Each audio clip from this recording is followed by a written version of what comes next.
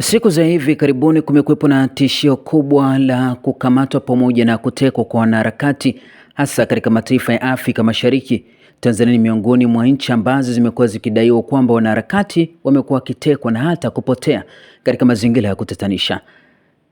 Juma moja lililopita, mwanaharakati kutoka nchini Tanzania anayeishi huko nchini Kenya, Mshabaha, alidaiwa kutekwa na watu wasiojulikana, na katika harakati za kutekwa, vyombo vya ulinzi na usalama nchini Kenya walifanikisha kuweza kumwokoa, ambapo watekaji walifanikiwa kumkamata pamoja na kumtesa vibaya. Hata hivyo, kwa mujibu wa taarifa zilizotolewa na mamlaka za Kenya pamoja na taasisi ya haki za binadamu ulimwenguni Amnesty International, walisema kwamba vyombo vya ulinzi na usalama nchini Kenya vilifanikiwa kuzima tukio hilo. Hii leo taasisi ya haki za binadamu ulimwenguni Amnesty International yenye tawi lake huko nchini Kenya imesema kwamba hapo asubuhi dereva wa Kenya Nelson Wanjohi Kirika, mkazi wa Kenya nchini Afrika Kusini Edward Mwangi Mwai na Azizi Hama, raia wa Tanzania kutoka kushoto kwenda kulia, walishtakiwa rasmi kwa kumteka nyara Mtanzania Mshabaha Hamza na kumdhuru vibaya kimwili.